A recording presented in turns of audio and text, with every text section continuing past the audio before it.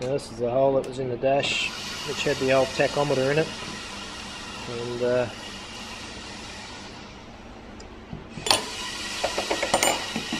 I've machined this up.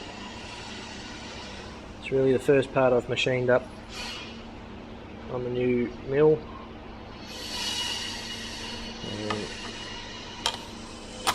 It'll sit in there. The reason I've made it, I could have made it a bit bigger, but the material I had was only 80mm wide, so that's why I've kept it at that size. And we drop in our boost gauge.